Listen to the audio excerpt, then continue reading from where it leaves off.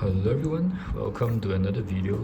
Today we're going to talk about the walkthrough for paper 2 mid-year 2022. Okay, so we're going to start. The first question we're going to go through is this one.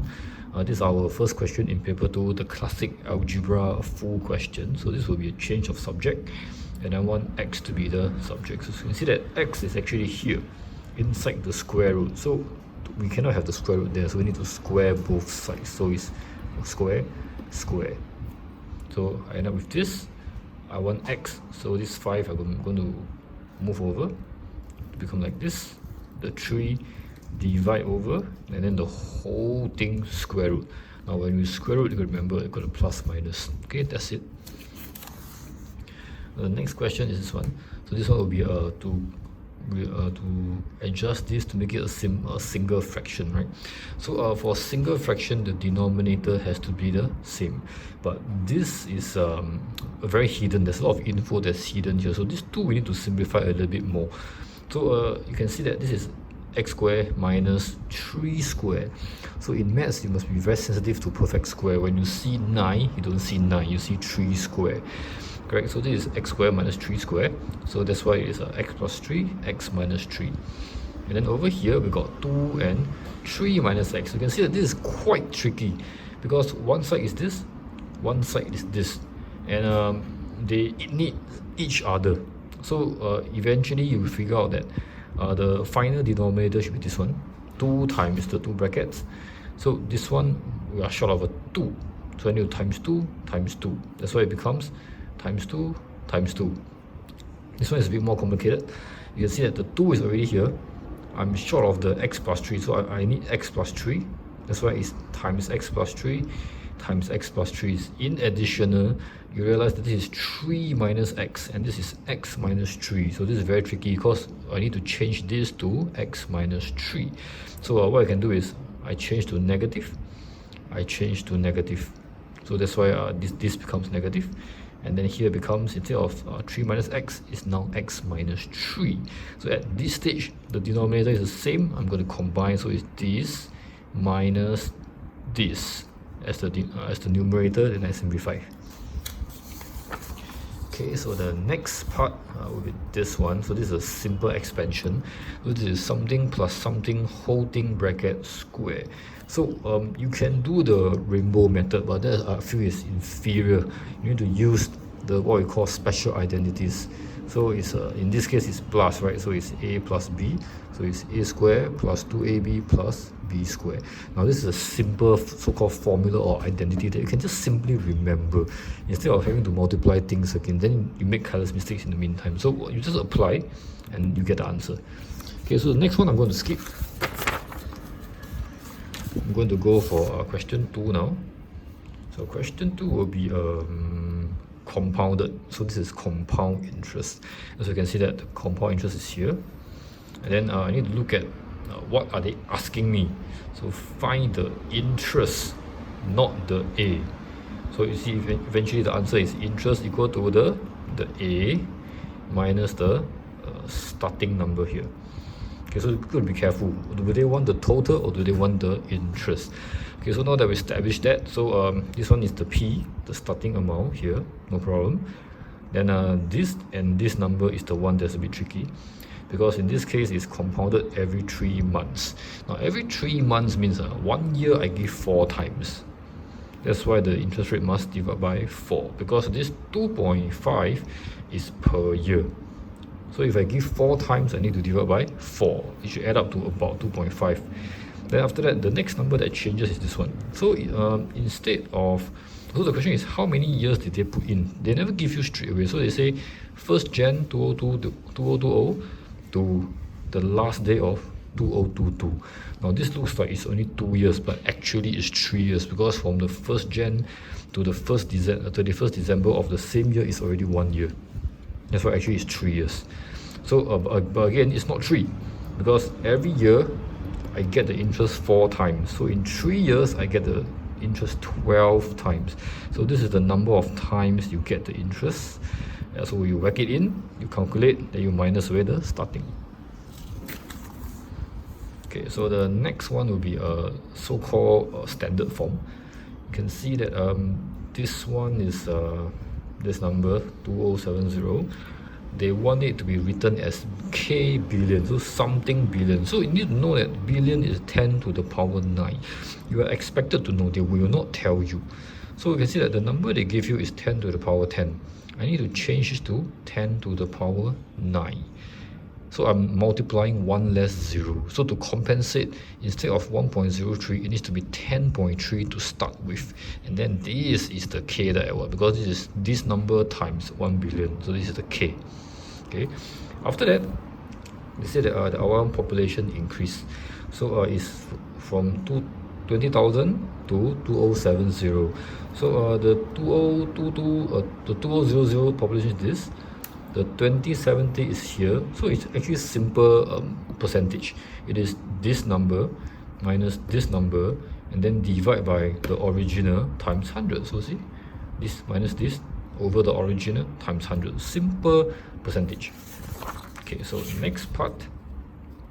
This is what we call the long quadratic question.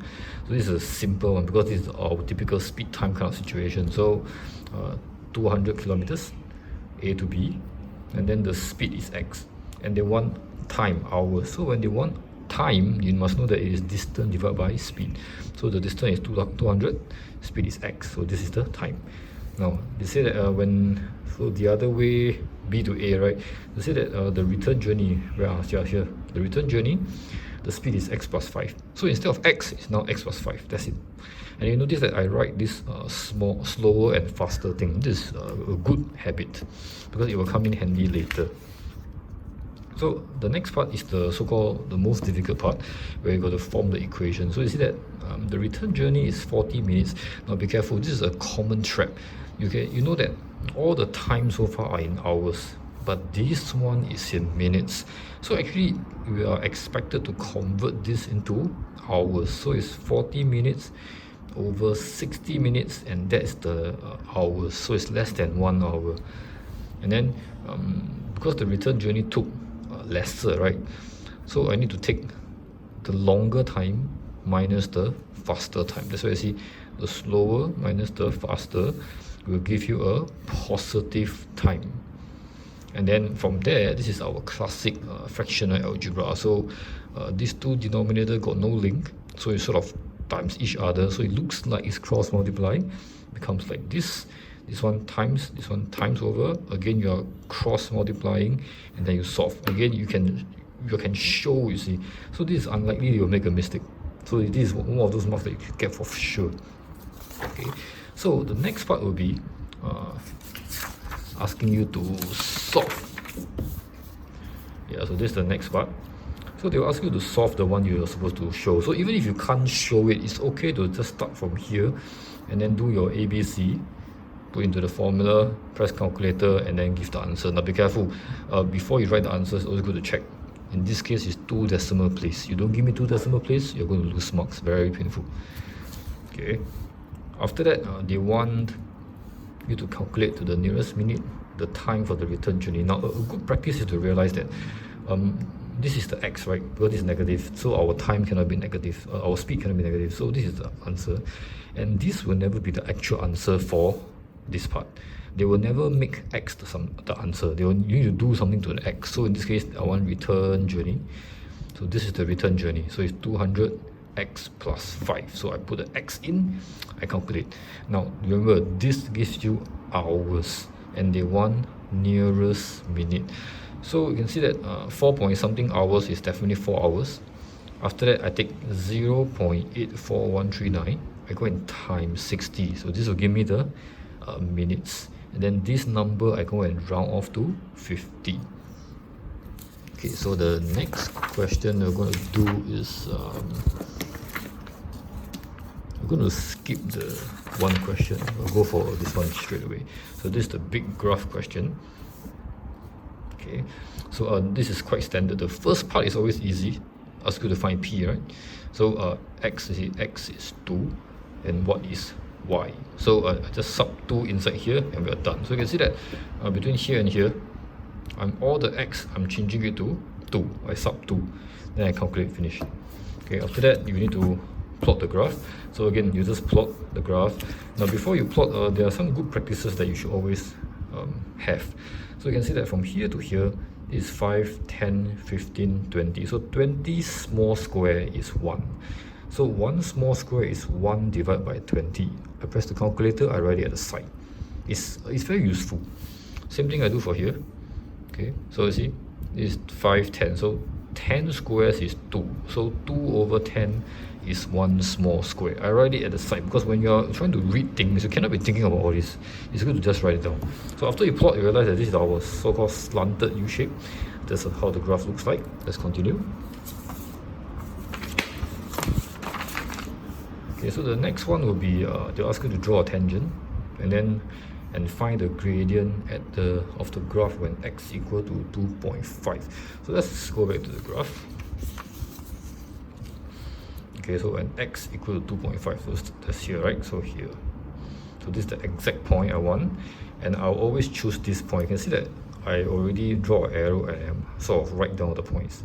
And then I'm going to do our pencil thing. So if you realize how I do it is put the pencil to block, and then I just balance such that it's nice. See? So I'm trying to balance, make it like the space is equal. So these two spaces, the space here and the space here is similar. And then I draw. So after I draw, I need to pick a point where it's exactly at the cross junction. So this is a very nice point. So it happens to be just at the junction. So I choose this point. So there'll be 3, 6. So this is the point.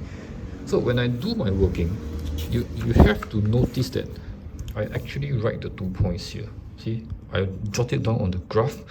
I also write down on the paper. Why? Because I'm scared of making mistakes. So from these 2 points, I'm going to do my gradient formula. So it's y minus y, x minus x. So here, and then the answer is the answer.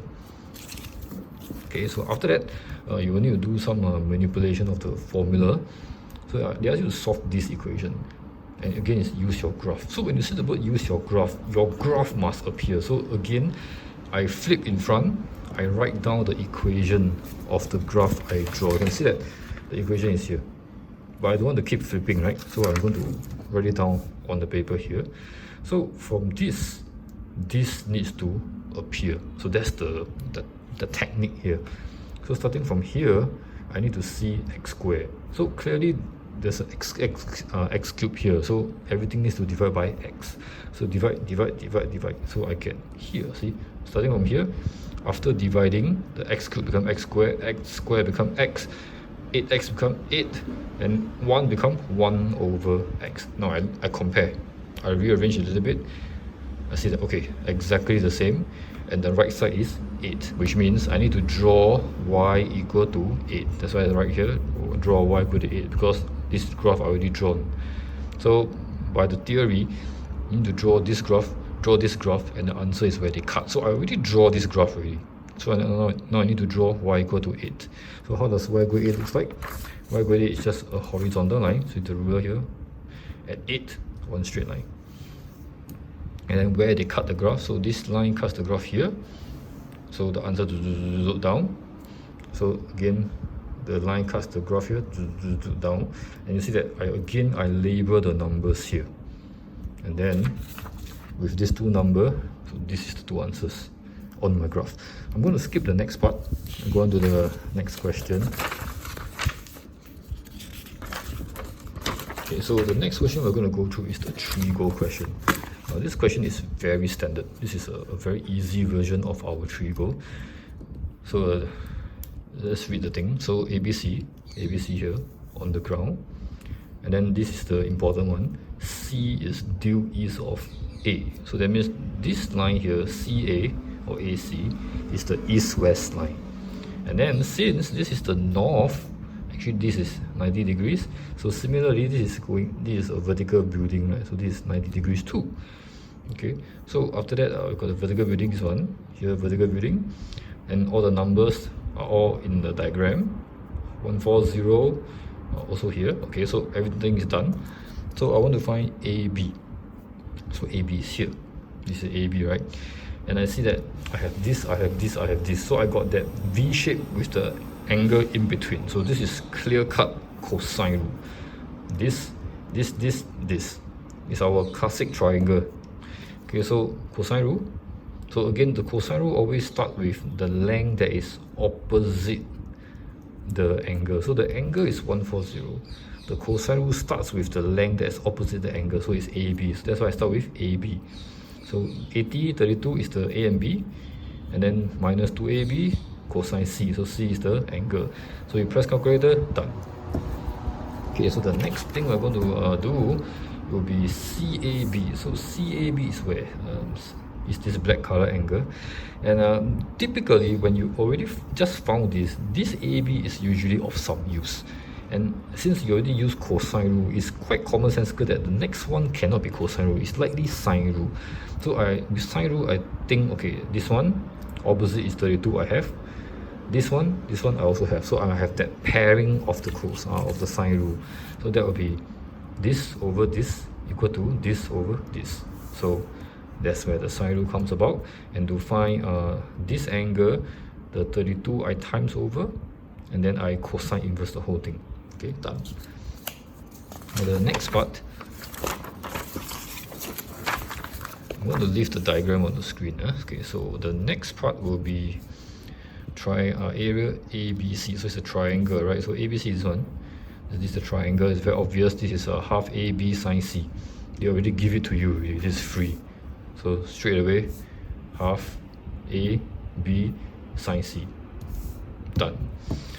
After that, I want a bearing of B from A. So again, when we have from A, that means my north, south, east, west needs to be drawn at A. So you can see that at A, I draw the north, south, east, west, and then from the north clockwise until I hit the B, which is here, right? So this line is the one I need to stop at. So from the north all the way down, and since this is 90 degrees, this angle I already found, is just adding them together, and that's usually the answer. That's why the answer is 90 plus the B's answer plus this black color angle, which is 11 point something. So like that. Okay, now the next part we're going to do is this. So let's continue. So you can see that this guy started to jog A to B. Wait, did I miss one part?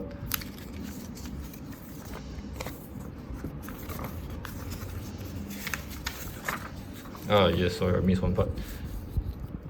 Okay, so now we have this Jane standing on top of G. So let's go back to the diagram.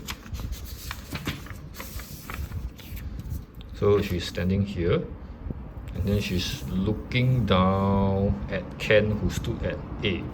So A will be here, so here looking down at here. So I just draw the triangle.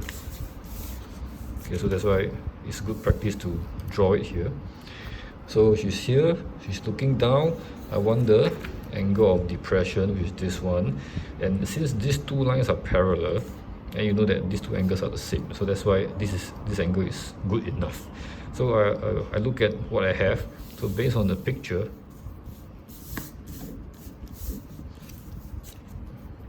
this is 80, this is 45. So actually I have two sides of the triangle. Then this is very easy already. So to get this angle is simply tangent inverse.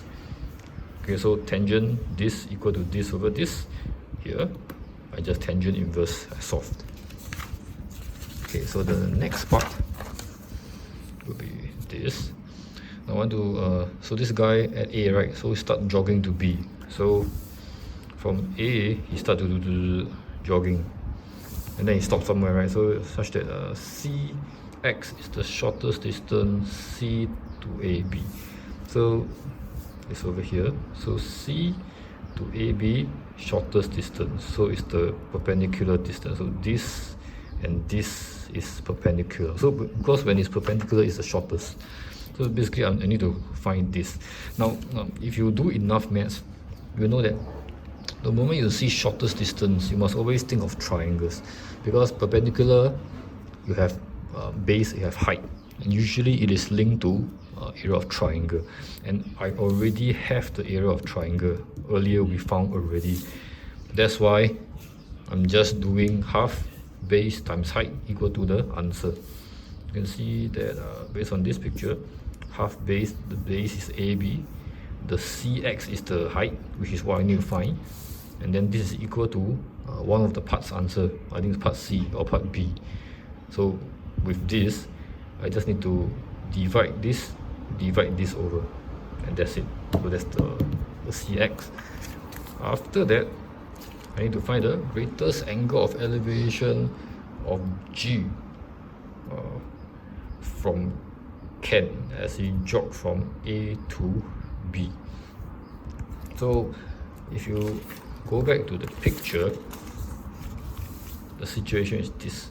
It's going to jog, and the G keeps looking at this guy jogging. When is the angle of elevation the biggest? Okay, so again, the greatest angle of elevation only happens when you are as near as possible, and that is why they ask you to find this number, because this is the shortest possible distance, which is here. So at this point X, he is the nearest. That's why when he looked down or he looked up, it will be the greatest angle. So that's one of those very basic things that you must know.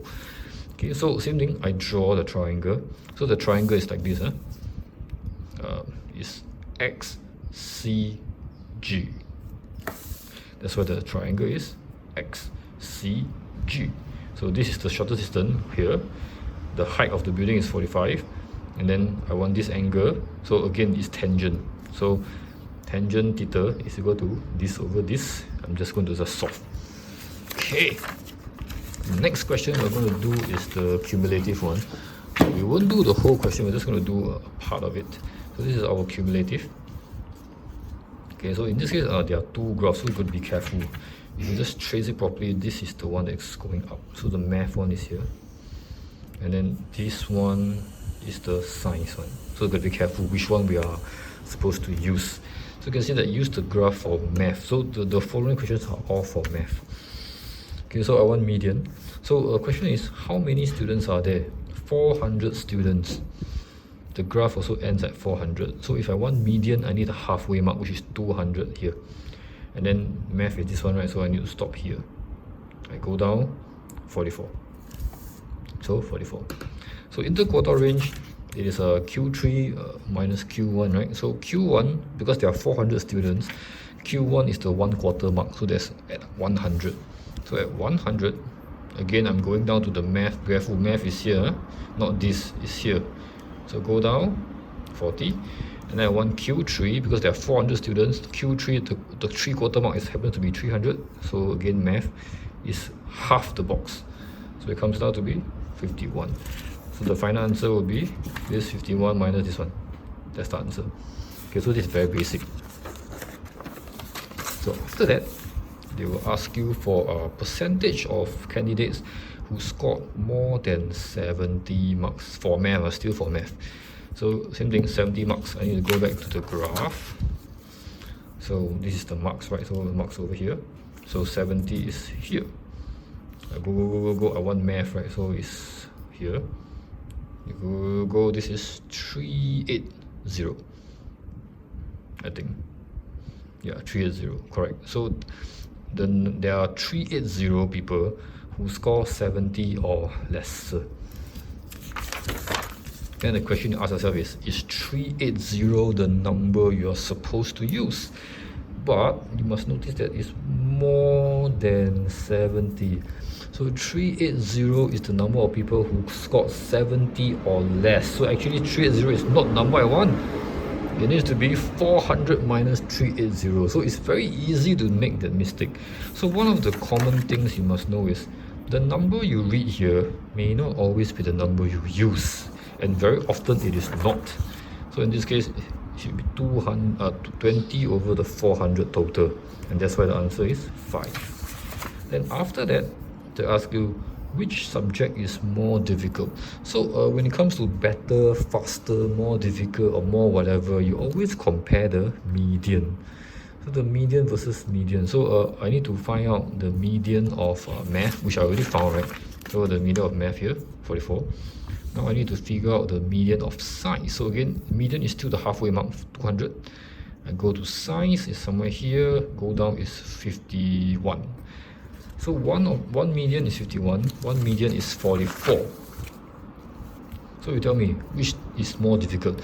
The assumption is the more difficult, the worse you score, right? So since the math median is lower, it is more difficult, and that's your answer. Math is more difficult because median is lower. Finish.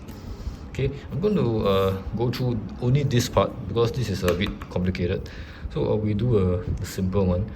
So if somebody is chosen at random, and then and the math and the science scores are not linked, independent, and then probability he score less than 30 marks for both exams. So what I do is I need to find 30 marks here. So math, this is math, right? This is science. So math is 30 marks. Science is 70. So there are 70 people who score 30 or less. There are 30 people who score 30 or less for math and science respectively. So again, there are many numbers here. So I write down the important number here, right? I look at the graph, I write the two numbers here. Then I think, is these two numbers the one I want? Could it be 370 instead of 30? No. In this case, I want less than 30 marks. So 30 people out of 400 got less than 30 marks. 70 out of 400. So that's why it's just 30 over 400. 70 over 400 times. Now there's no need to do the 399 here because I'm picking from 400 students, and I'm picking from 400 students for math and science. So it's a different thing altogether. It's not like in the back got 400, I take away one, there's only 399 left. So it's not the case. Okay, so this one is where the denominator doesn't change, I just times. Okay. So the next thing we're going to do is let me see. Oh, I think this is the next question. I'm going to do this one, the probability one. I'm just going to do the 3. Okay, so the story goes like this. You got to take 2 papers. First time paper 1 you have 0.9 to pass, 0.8 for the paper 2, and then you must pass one after another. So if you pass a paper, or if you fail the paper, the next time you take it, the chance is 0.1 higher.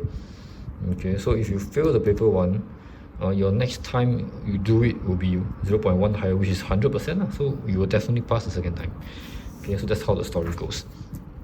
So they ask you to fill in the 3. So this is actually easier than you think, because in any branch you can see that these 2 branch is either you pass or you fail, right? You cannot have anything else. It's either you pass or fail, which means these 2 numbers add up is going to be equal to 1. And since they already give you 0.1 or 0.9, even without reading the question, you know it's going to be 0.1. The same goes for here, 0.8, and these 2 must add up to 1, so this one is 0.2. You can see that the trend is the same. See, add up to 1, add up to 1, add up to 1. Okay, so the thing, let's do it here. I think this is the only one that has some difficulty. So if you fail is 0.1, but after you fail, your next chance is going to be this plus 0.1. That's why it's 100% going to pass. It's 1 whole. So if this is 1 whole, this is 0. Then after you pass paper 1, you're at paper 2. So paper 2, you take is 0.8. So that's why it becomes 0.8, 0.2. So with these 3, you're done. And then you need to use the 3 to answer the question. So let's do a few.